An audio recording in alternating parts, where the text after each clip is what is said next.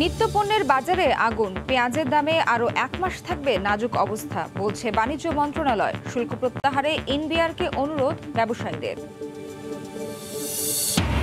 রূপপুরের পর এবার দক্ষিণাঞ্চলে পরমাণু বিদ্যুৎ কেন্দ্র নির্মাণের পরিকল্পনা। রাশিয়ার কাছে সহযোগিতা চাইলেন প্রধানমন্ত্রী। গণভবনে রোসাটম প্রধানের সৌজন্য সাক্ষাৎ। মাত্র একটি বাস দিয়ে চলছে খুলনা নগরের গণপরিবহন সেবা। সড়কে অটোরিকশা ও ইজি বাইকের দাপট, গুনতে হচ্ছে বেশি ভাড়া, ভোগান্তি চরমে।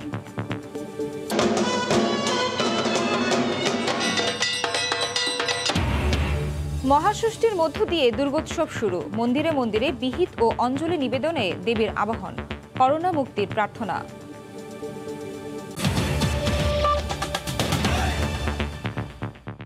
বাংলা সময়ের সঙ্গে আছি আমি নাবিলা সোহার। লাগামহীন নিত্যপণ্যের বাজার, বেড়েই চলেছে পেঁয়াজ, তেল ও চিনির দাম।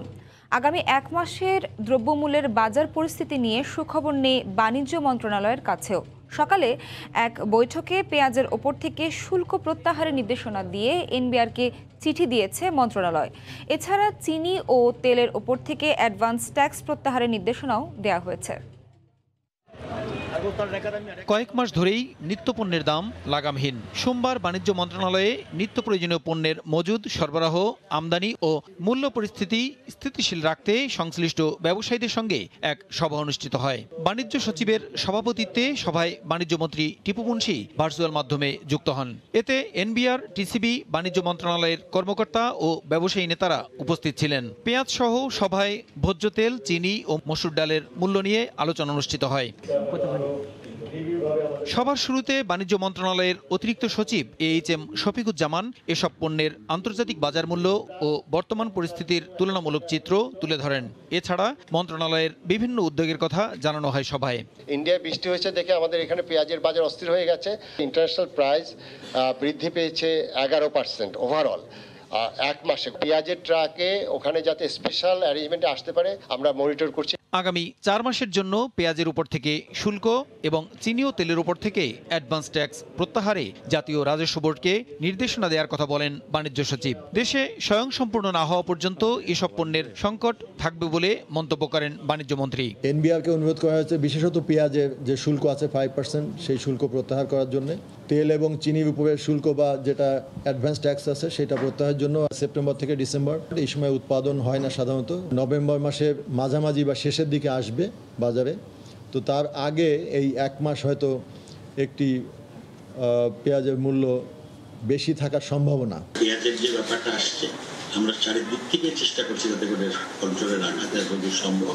তবে আমাদের যতদিন পর্যন্ত আমরা স্বয়ং সম্পূর্ণ হব না, ততদিন কখনো কখনো আমাদের কিছুটা ক্রাইসিসের মধ্যে পড়তে হবে।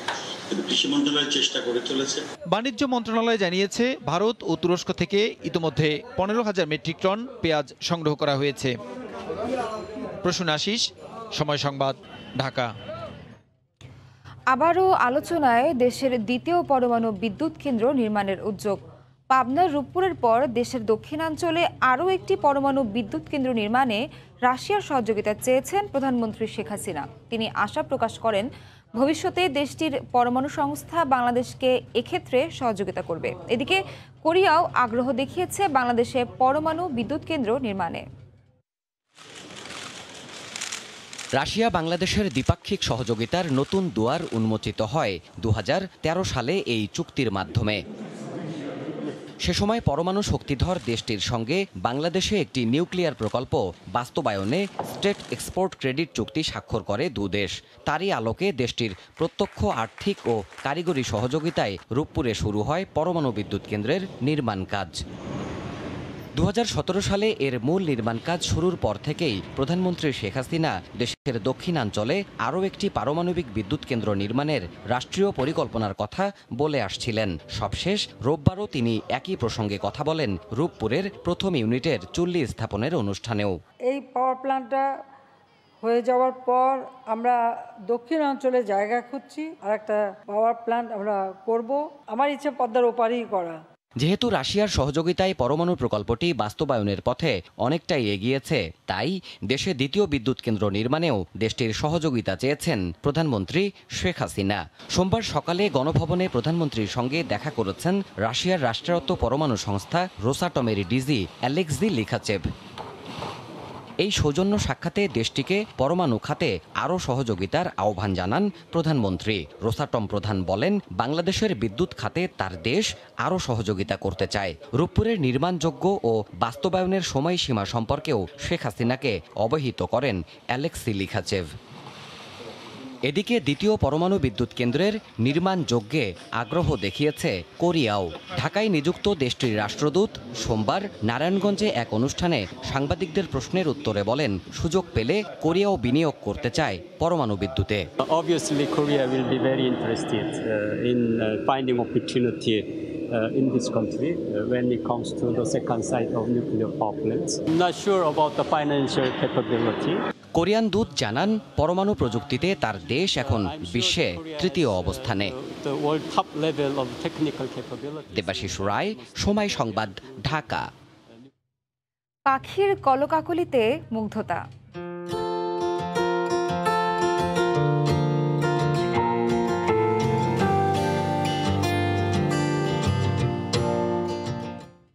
পঞ্চগড়ের পাখি নিয়ে রিপোর্ট থাকছে সংবাদের শেষাংশে। 2 বছরের বেশি সময় ধরে খুলনায় নগরবাসীর চলাচলের জন্য নেই গণপরিবহন। রাস্তা জুড়ে দাপট চলছে বিপজ্জনক মাহিন্দ্রা, সিএনজি অটোরিকশা ও ইজি বাইকের। নগরীর এক প্রান্ত থেকে অন্য প্রান্তে যেতে গুনতে হচ্ছে বাড়তি ভাড়া। সিন্ডিকেটের কারণেই নগর পরিবহন বন্ধ রয়েছে বলে মনে করছে নাগরিক সমাজ। তবে পরিবহন মালিক সমিতির দাবি, আর্থিক ক্ষতির কারণে গণপরিবহন বন্ধ রয়েছে। খুলনা থেকে আব্দুল্লাহ আল মামুন রুবেলের প্রতিবেদন, ক্যামেরায় ছিলেন আবুল বাশার। খুলনা মোটর বাস মালিক সমিতির তত্ত্বাবধানে নগরীর প্রবেশদ্বার রূপসা থেকে শেষ প্রান্ত ফুলতলা পর্যন্ত একসময় নগর পরিবহনে 55 বাস নিয়মিত চলাচল করত। নগরবাসীর সুবিধার কথা ভেবে প্রতি ঘন্টায় 4 থেকে 5টি বাস নগরীর এক প্রান্ত থেকে অন্য প্রান্তে যেত। এখন 16 লাখ নগরবাসীর জন্য মাত্র একটি বাস চলে। খুব অল্প খরচে স্কুল কলেজগামী শিক্ষার্থীরা নগর পরিবহনের সুবিধা পেত। আমাদের প্রতিদিন রেগুলার কন্টিনিউ হয়, কোচিংয়ে যেতে হয় না, কলেজে যেতে হয়। আমরা স্টুডেন্ট মানুষ, আমাদের বাবার খরচে চলে, আমরা তো গাড়ি ভাড়া তো দিয়ে পারি না। আমাদের যেখানে ইজি বাইকে যাইতে গেলে আমাদের 25 টাকা করে লাগে, সেখানে আমরা যদি টাউন সার্ভিসে আসতে পারতাম সেখানে আমরা 10 টাকা করে পারতাম। লোকাল বাস থাকলে হয়তো কেউ অল্প খরচে আমরা যাইতে পারতাম, আসতে পারতাম। খুলনার এক প্রান্ত থেকে অন্য প্রান্তে যাওয়ার জন্য একসময় সবথেকে জনপ্রিয় ছিল এই নগর পরিবহন। বর্তমানে খুলনার ফুলতলা থেকে রূপসা ঘাট পর্যন্ত মাহেন্দ্র ও সিএনজি ভাড়া জনপ্রতি 60 থেকে 70 টাকা, যা নগর পরিবহনে ছিল 20 থেকে 25 টাকা। এসব ভোগান্তি ও ভাড়ার বৈষম্যের শিকার হচ্ছে নিম্ন ও মধ্যবিত্ত পরিবারের সদস্যরা। বাসটা চালু থাকলে আমাদের যাতায়াতের সুবিধা হয়, খরচটা কম লাগে। 5 টাকা করে ভাড়া দিয়ে আর ওখানে 25 টাকা 30 টাকা করে ভাড়া দিতে হবে প্রতিদিন। অন্যদিকে নাগরিক নেতারা বলছেন, গণপরিবহন না থাকাটা নগরবাসীর অধিকার হরণ করা হয়েছে। তবে পরিবহন মালিক সমিতির নেতারা বলছেন, সদিচ্ছা থাকা সত্ত্বেও আর্থিক ক্ষতির কারণে গণপরিবহন চলাচল বন্ধ রয়েছে। আমরা এই যে সার্ভিসটা থেকে বঞ্চিত, এটাও কিন্তু আমাদের নাগরিকরা আমাদের অধিকার থেকে বঞ্চিত। পুরো দমে শিক্ষা প্রতিষ্ঠান করলে আমরা আবার আগের মতো চেষ্টা করব ইনশাল্লাহ দেশের বিশেষ করে খুলনার মানুষকে সেবা করার জন্য। নগরের রূপসা থেকে ফুলতলা 28 কিলোমিটার সড়ক। আব্দুল্লাহ আল মামুন রুবেল, সময় সংবাদ, খুলনা। চণ্ডীঘর স্থাপন ও বিহিত পূজার মধ্য দিয়ে দেশের বিভিন্ন স্থানে শুরু হলো সনাতন ধর্মাবলম্বীদের শারদীয় দুর্গোৎসবের মহাষষ্ঠীর আনুষ্ঠানিকতা। স্বাস্থ্যবিধি মেনে মণ্ডপে সমবেত হন ভক্তরা। করোনামুক্তি এবং দেশ ও দশের শান্তি প্রার্থনা করেন তারা। ব্যুরো রিপোর্টার ও জেলা প্রতিনিধিদের পাঠানো তথ্য ও ছবিতে রিপোর্ট। ঢাক-ঢোল, কাঁসর ঘণ্টা আর উলুধ্বনিতে দেবী দুর্গার আগমনী গান, মন্ত্রপাঠে মহাষষ্ঠীতে শুরু হলো সনাতন ধর্মাবলম্বীদের দুর্গা উৎসব। খুলনার মণ্ডপে মণ্ডপে ভোরেই শুরু হয় ষষ্ঠীর আরাধনা। বিহিত আর কল্পারম্ভ পূজার আনুষ্ঠানিকতায় আবাহন করা হয় দেবীকে। এবার খুলনা নগরীতে 1005টি মণ্ডপে আয়োজন করা হয়েছে পূজার। চট্টগ্রামেও নানা আচারে মহানগরে 277টি মণ্ডপে লেগেছে উৎসবের রং। মায়ের কাছে আমরা সংকল্প করেছি পৃথিবীর সকল মানুষের আয়ুর আরোগ্য। মার কাছে একটাই প্রার্থনা যে সর্বজনের সর্বমঙ্গল তিনি বয়ে নিয়ে আসুন। মহামারীর পরে যে এইভাবে পুজোতে আসতে পারবো ভাবতে পারিনি। সন্ধ্যায় দেবীর বোধনের মধ্য দিয়ে পূজার আনুষ্ঠানিকতা শুরু হবে রংপুরে। এর আগে দেবীর সাজ দেখতে এবং পূজার আনন্দ ভাগাভাগি করে নিতে মণ্ডপে মণ্ডপে বেড়েছে ভক্তদের আনাগোনা। নগরীর ১৬৫টি মণ্ডপে উদযাপিত হচ্ছে শারদীয় দুর্গা উৎসব। দুর্গা মাকে ষষ্ঠী পূজার মাধ্যমে আমরা বরণ করে নিয়েছি। আজকের থেকে আমাদের পূজা শুরু। বেল ষষ্ঠী দিয়েই আমরা দেবীর আগমন, দেবীর আগমন হচ্ছে ঘটকে আগমন এবং দোলায় গমন। এছাড়া মাদারীপুর, সিরাজগঞ্জ সহ অন্যান্য জেলাগুলোতেও আবাহন করা হয়েছে দেবী দুর্গার আগমন। ফাহরিয়া ফারজানা, সময় সংবাদ। কিশোরগঞ্জে শহীদ সৈয়দ নজরুল ইসলাম মেডিকেল কলেজ হাসপাতালে জরুরি বিভাগে ভাঙচুর ও কর্মরত এক সিনিয়র নার্সকে মারধরের অভিযোগ উঠেছে স্থানীয় এক আওয়ামী লীগ নেতার ছেলের বিরুদ্ধে। এ ঘটনার প্রতিবাদে কর্মবিরতি, বিক্ষোভ মিছিল ও মানববন্ধন করেছেন নার্স ও কর্মচারীরা। হাসপাতাল কর্তৃপক্ষের আশ্বাসে প্রায় ২.৫ ঘন্টা পর কর্মবিরতি প্রত্যাহার করেন তারা। নূর মোহাম্মদের পাঠানো তথ্য ও ছবিতে রিপোর্ট। সিনিয়র নার্সকে লাঞ্ছিত ও হাসপাতালের আসবাবপত্র ভাঙচুরের প্রতিবাদে সোমবার সকালে কর্মবিরতি পালন ও বিক্ষোভ মিছিল করেন কিশোরগঞ্জ শহীদ সৈয়দ নজরুল ইসলাম মেডিকেল কলেজ হাসপাতালের নার্স ও কর্মচারীরা। মিছিল শেষে প্রধান ফটকের সামনে মানববন্ধন করা হয়। এক পর্যায়ে চেয়ার ছিল সামনে, লাঠি দিয়ে চেয়ারটা ফেলাইছে আর টেবিলের চাপা দিয়ে ওর কাছে একটা বাটামূল্য মোবাইল ছিল, ওইটাতে আমার উপর পিকে মারছে। চেয়ার অনেক সময় রোগীরা বাইরে নিয়ে যায়, তো এই জন্য আমরা ট্রলিতে করে রোগীকে নিয়ে যাওয়ার ব্যবস্থা করছি, কিন্তু ওনারা হুইল চেয়ারের জন্যই জবরদস্তি করতে থাকেন। এই ঘটনায় হাসপাতাল কর্তৃপক্ষের প্রয়োজনীয় ব্যবস্থা নেওয়ার আশ্বাসে প্রায় ২.৫ ঘন্টা কর্মবিরতির পর কাজে যোগ দেন নার্স ও কর্মচারীরা। এসপি সাহেবের সাথে কথা বলেছি, সবাই বিষয়টাকে গুরুত্বের সাথে নিয়েছেন এবং এটা দ্রুত যাতে সুষ্ঠু বিচার হয় সেই ব্যবস্থা করবেন বলে ওনারা আশ্বাস দিয়েছেন। রোববার রাতে হাসপাতালের জরুরি বিভাগে এক রোগী নিয়ে যান সদর উপজেলা যশোদল ইউনিয়ন আওয়ামী লীগের সভাপতি শফিকুল ইসলাম বাবুলের ছেলে ছাত্রলীগ কর্মী আজহারুল হক তমাল। এ সময় রোগীর জন্য হুইল চেয়ার না পেয়ে কর্তব্যরত সিনিয়র নার্স শফিক মিয়াকে মারধর ও জরুরি বিভাগের আসবাবপত্র ভাঙচুর করেন তমাল ও তার সহযোগীরা। সময় সংবাদ, কিশোরগঞ্জ। বাংলা সময়ে আরও থাকছে। চট্টগ্রাম সেনাবাহিনীর বহরে যুক্ত হলো যুক্তরাষ্ট্রের 2টি অত্যাধুনিক হেলিকপ্টার। দুর্গম এলাকায় দ্রুত পৌঁছে দেওয়া যাবে চিকিৎসা ও জরুরি রসদ। ফরওয়ার্ড বেস উদ্বোধন। দীর্ঘ ১৯ মাস পর খুলেছে জাহাঙ্গীরনগর বিশ্ববিদ্যালয়ের 16টি আবাসিক হল। করোনায় দীর্ঘ বিরতির পর সহপাঠী ও বন্ধুদের সাথে দেখা হওয়ায় উচ্ছ্বসিত শিক্ষার্থীরা। তবে স্বাস্থ্যবিধি মেনে শিক্ষার্থীদের হলে প্রবেশে নির্দেশনা মানছে কর্তৃপক্ষ। মোজাফফর হোসেন জয়ের তথ্য ও মনির হোসেনের ছবি নিয়ে রিপোর্ট। করোনার দীর্ঘ বিরতির পর আবারও সেই চিরচেনা রূপে ফিরেছে প্রিয় শিক্ষাঙ্গন। চোখে মুখে উচ্ছ্বাস আর আনন্দ নিয়ে জাহাঙ্গীরনগর বিশ্ববিদ্যালয়ের হলগুলোর সামনে এভাবেই অপেক্ষারত শিক্ষার্থীরা। উচ্ছ্বাসের কমতি ছিল না শিক্ষকদেরও, তাই তো ফুল আর প্রয়োজনীয় সুরক্ষা সামগ্রীতে বরণ করে নেন প্রিয় শিক্ষার্থীদের। বেলা বাড়ার সাথে সাথে শিক্ষার্থীদের পদচারণায় মুখর হয়ে ওঠে ক্যাম্পাস চত্বর। এমন একটা অনুভূতি ভাষায় প্রকাশ করা যাবে না। প্রথমেই যখন আমি ডেডিকেটে নামি, মনে হচ্ছিল যে এতদিন আমি 19 মাস পর আমার নিজের জায়গাতে আসছি। আত্মীয়ের বাসায় ঢাকায় ছিলাম, সেখান থেকে ক্যাম্পাস খোলার কথা শুনে সাথে সাথে চলে আসছি। আবেগ আর আনন্দ যেমন ছিল তেমনি ছিল স্বাস্থ্যবিধি মানতে প্রশাসনের সর্বোচ্চ সতর্কতা। খুশির দিন, কারণ কোভিডের এই যে অনির্ধারিত ছুটির পরে আমাদের বিশ্ববিদ্যালয়ের হলগুলি আমরা আজকে খুলে দিচ্ছি এবং প্রত্যেকটা হলেই আমাদের শিক্ষার্থীদের জন্য আমরা সুনির্দিষ্ট কিছু স্বাস্থ্যবিধি অনুসরণ করছি। যারা রেজিস্ট্রেশন করেও এখন পর্যন্ত 1 ডোজ টিকা পাননি, তাদের 8টি বুথের মাধ্যমে টিকা দেওয়ার ব্যবস্থা করেছে বিশ্ববিদ্যালয় কর্তৃপক্ষ। আর এই টিকা নিতে পেরে খুশি শিক্ষার্থীরাও। আজকে আমরা ইউনিভার্সিটিতে টিকা দেওয়ার কর্মসূচি যেহেতু পালিত হচ্ছে, আমরা খুশি। এনআইডির কারণে এতদিন টিকা দিতে পারিনি, কিন্তু আজকে এখানে এসে এত সহজে টিকা দিয়ে দিচ্ছি। এই সময় স্বাস্থ্য অধিদপ্তরের অতিরিক্ত মহাপরিচালক মির্জাদি সেব্রিনা ফ্লোরা 8টি টিকার বুথের কার্যক্রম পরিদর্শন করেন। বাংলাদেশ থেকে করোনা সংক্রমণ প্রতিরোধ করাটা হচ্ছে প্রায়োরিটি। ট্রান্সমিশন চেইন ব্রেক করার জন্য বাংলাদেশে যারা আছে তাদেরকে যত দ্রুত পারি আমরা টিকার আওতায় আনার জন্য আমরা কাজ করছি। আগামী 21 অক্টোবর থেকে বিশ্ববিদ্যালয়ের একাডেমিক কার্যক্রম শুরু হওয়ার কথা। সময় সংবাদ, সাভার। চট্টগ্রাম সেনাবাহিনীর বহরে যুক্ত হলো যুক্তরাষ্ট্র থেকে আনা 2টি অত্যাধুনিক হেলিকপ্টার। এখন থেকে দুর্গম এলাকায় দ্রুত চিকিৎসা ও জরুরি রসদ পৌঁছে দেওয়া যাবে সহজেই। সকালে সেনাপ্রধান জেনারেল SM শফিউদ্দিন আহমেদ চট্টগ্রামে আর্মি এভিয়েশনে ফরওয়ার্ড বেজের উদ্বোধন করেন। সাখাওয়াত টিপুর ক্যামেরায় বিস্তারিত জানাচ্ছেন কমল দেব। কর্মচঞ্চল চট্টগ্রামের পতেঙ্গায় স্থাপন করা আর্মি এভিয়েশন ফরওয়ার্ড বেজে ভোরের আলো না ফুটতেই একের পর এক সেনা হেলিকপ্টার অবতরণ করছে। সবশেষ হেলিকপ্টারে আসলেন সেনাপ্রধান জেনারেল SM শফিউদ্দিন আহমেদ।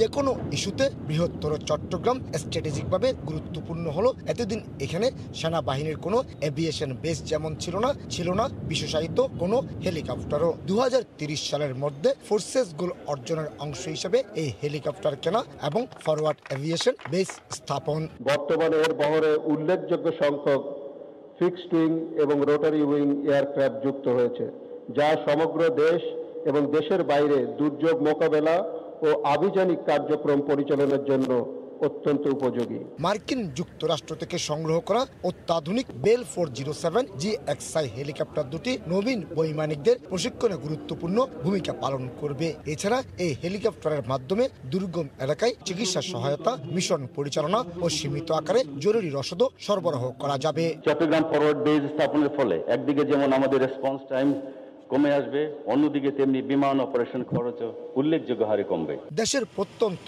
অঞ্চলে সেনা সদস্যদের সহায়তা দিতে চট্টগ্রাম ছাড়াও উত্তরের জনপদ লালমনিরহাটে আর্মি ফরওয়ার্ড বেস প্রতিষ্ঠা করা হয়েছে। সর্বশেষ এই বাহিনীর বহরে যুক্ত হয়েছে 4th জেনারেশনের হেলিকপ্টার, আর এর মাধ্যমে এই বাহিনীর সক্ষমতা আরও বাড়বে। চট্টগ্রামের আর্মি এভিয়েশন ফরওয়ার্ড বেস থেকে কমল দে, সময় সংবাদ। পদ্মা নদীতে স্রোতের গতি বেড়ে যাওয়ার কারণ দেখিয়ে শিমুলিয়া বাংলাবাজার নৌরুটে আবারও বন্ধ করে দেওয়া হয়েছে ফেরি চলাচল। দুপুর 12:30টার দিকে হঠাৎ ফেরি বন্ধ ঘোষণায় বিপাকে পড়েন যাত্রীরা। BIWTCর চেয়ারম্যান সৈয়দ তাজুল ইসলাম জানান, পদ্মা নদীতে স্রোত বেড়ে যাওয়ায় পদ্মা সেতুর নিরাপত্তার কথা বিবেচনা নিয়ে সাময়িকভাবে বন্ধ রাখা হয়েছে ফেরি চলাচল। তবে স্রোতের গতি কমলে আবার চালু করা হবে ফেরি সার্ভিস। পদ্মা সেতুর খুঁটিতে 5 বার ফেরির ধাক্কা লাগায় গত 18ই আগস্ট থেকে এই রুটে ফেরি চলাচল বন্ধ করে দেওয়া হয়। দীর্ঘ 48 দিন বন্ধ থাকার পর গত 4 অক্টোবর থেকে 5টি মাঝারি ফেরি দিয়ে দিনের বেলায় পারাপার শুরু হয়। চালুর 7 দিনের মাথায় আবারও বন্ধের ঘোষণায় ক্ষোভ প্রকাশ করেন যাত্রী। জামালপুরে হঠাৎ করে বেড়ে গেছে জ্বর, নিউমোনিয়া সহ ঠান্ডাজনিত রোগ। বেশি আক্রান্ত হচ্ছে শিশুরা। সদর হাসপাতালের শিশু ওয়ার্ডে 24 শয্যার বিপরীতে কয়েক গুণ বেশি রোগী ভর্তি আছে। জনবল সংকটে চিকিৎসা দিতে হিমশিম অবস্থা হাসপাতাল কর্তৃপক্ষের। জাহাঙ্গীর আলমের পাঠানো তথ্য ও আবুল কালাম আজাদের ছবি নিয়ে রিপোর্ট। জামালপুর সদর হাসপাতালের শিশু ওয়ার্ড। রোগী ও স্বজনদের ভিড়ে যেন তিল ধারণের ঠাঁই নেই। বেশিরভাগ শিশুই জ্বর, সর্দি, কাশি ও নিউমোনিয়ায় আক্রান্ত। শিশু ওয়ার্ডের 24টি বেডের বিপরীতে ভর্তি আছে 97 জন। শয্যা সংকটে মেঝেতেই চিকিৎসা দেয়া হচ্ছে অনেকের। রোগীর তুলনায় সেবা এত অপ্রতুল, এখন পর্যন্ত প্রাথমিক ট্রিটমেন্টটাই পায় নাই। ওয়ার্ডের অবস্থা, মানুষ বেশি হওয়ার জন্য খুব সমস্যা। মনে হয় জায়গা বেশি থাকতো তাহলে এত সমস্যা হতো না। ভিতরে সিট পাই নাই, বারান্দাতেই আছি। এই ওয়ার্ডে পুরা হাটের মতন গ্যাঞ্জাম হয়ে আছে। রোগীর ধারণ ক্ষমতা থাকে 100, রোগী 500। রোগীর বাড়তি চাপে হিমশিম অবস্থা নার্স ও চিকিৎসকদের। সেই সঙ্গে রয়েছে জনবলেরও সংকট। শিশু ওয়ার্ডে আমাদের কোনো মেডিকেল অফিসার নেই, শুধুমাত্র অ্যাসিস্ট্যান্ট প্রফেসর এবং কনসালটেন্টরাই সেবা দিয়ে যাচ্ছে। এবং এই সমস্ত পাশাপাশি মেডিসিন ওয়ার্ডে আমাদের ডাক্তারের সংকট, সেখানে শুধুমাত্র কনসালটেন্টরাই সেবা দিয়ে যাচ্ছে। জামালপুর সদর হাসপাতালের বহির্বিভাগেও প্রতিদিন প্রায় 1200 রোগী চিকিৎসা নিচ্ছেন। চিকিৎসক সংকট নিরসন হলে পর্যাপ্ত সেবা দেওয়া সম্ভব বলে জানিয়েছে হাসপাতাল কর্তৃপক্ষ। সময় সংবাদ, জামালপুর। দীর্ঘ 23 দিন পর কাপ্তাই হ্রদে পানি কমায় আবারও ভেসে উঠেছে সিম্বল অফ রাঙামাটি খ্যাত পর্যটনের ঝুলন্ত সেতু। তবে পর্যটকদের জন্য উন্মুক্ত করা না হলেও দেশের বিভিন্ন প্রান্ত থেকে আসা পর্যটকরা ঘুরে বেড়াচ্ছেন সেতুতে। সংস্কার কাজ শেষে শিগগিরই পর্যটকদের জন্য সেতুটি উন্মুক্ত করে দেওয়ার কথা জানায় পর্যটন কর্পোরেশন কর্তৃপক্ষ। গত 19 সেপ্টেম্বর বৃষ্টি ও উজানের ঢলে কাপ্তাই হ্রদের পানি বেড়ে যাওয়ায় ডুবে যায় সেতুটি।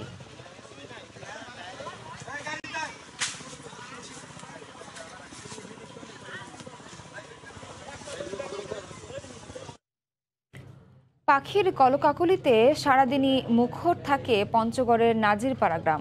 বাঁশঝাড় আর বড় বড় গাছের মগ ডাল যেন পাখিদের মিলন মেলা। দূর দূরান্ত থেকে বক, শামুকখোল, পানিকৌড়ি, ঘুঘু দেখতে প্রতিদিনই ভিড় করেন পাখিপ্রেমীরা। আব্দুর রহিমের পাঠানো তথ্য ও ছবি নিয়ে রিপোর্ট। নদী ও সবুজে ঘেরা গ্রাম পঞ্চগড়ের নাজিরপাড়া। পাখিদের প্রতি গ্রামের মানুষের ভালোবাসা আর মায়ার বন্ধন যুগ যুগ ধরেই। গ্রামের সেই ভালোবাসা আর প্রকৃতির টানে বিভিন্ন দেশ থেকে অসংখ্য পাখি ছুটে আসে এই গ্রামে। পানকৌড়ি, শামুকখোল, বক, রাতচোরা, ঘুঘু সহ নানা প্রজাতির পাখির কলকাকলিতে সারাদিনই মুখর থাকে গ্রামের চারপাশ।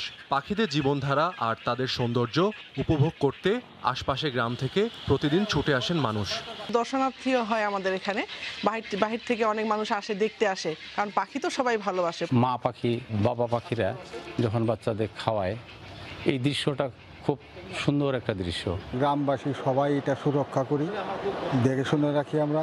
আমাদের এখানে অনেক সুন্দর পাখি, সাদা সাদা কালো কালো পাখি, অনেক সুন্দর লাগে দেখতে। অতিথি পাখিদের সুরক্ষা নিশ্চিত করতে ও শিকারীরা যাতে এই পাখিদের কোনো ক্ষতি করতে না পারে সে বিষয়ে স্থানীয়দের উদ্বুদ্ধ করছেন বলে জানান উপজেলা নির্বাহী কর্মকর্তা। এই পাখিগুলোকে কোনোভাবে যাতে আঘাত না করে বা পাখি যে মারার যে ঘটনা এগুলো যাতে না ঘটে, এই জন্য স্থানীয়দেরকে আমরা উদ্বুদ্ধ করেছি এবং পাশাপাশি পরবর্তীতে যাতে আরও অতিথি পাখি আমাদের এই এলাকায় আসে এবং তারা যাতে নিরাপদে বসবাস করতে পারে, এই জন্য আমরা সবার সম্মিলিত প্রয়াসে আমরা কার্যকরী ব্যবস্থা নিচ্ছি। 2010 সাল থেকে নাজিরপাড়া এলাকায় প্রতি বছর জুলাইয়ে বিভিন্ন প্রজাতির কয়েক হাজার পাখি আসে।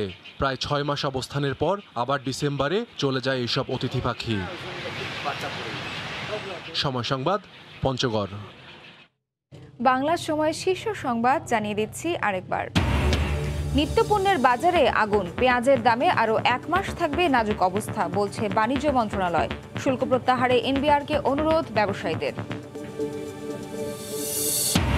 রূপপুরের পর এবার দক্ষিণাঞ্চলে পরমাণু বিদ্যুৎ কেন্দ্র নির্মাণে রাশিয়ার কাছে সহযোগিতা চাইলেন প্রধানমন্ত্রী। গণভবনে রোসাটম প্রধানের সৌজন্য সাক্ষাৎ।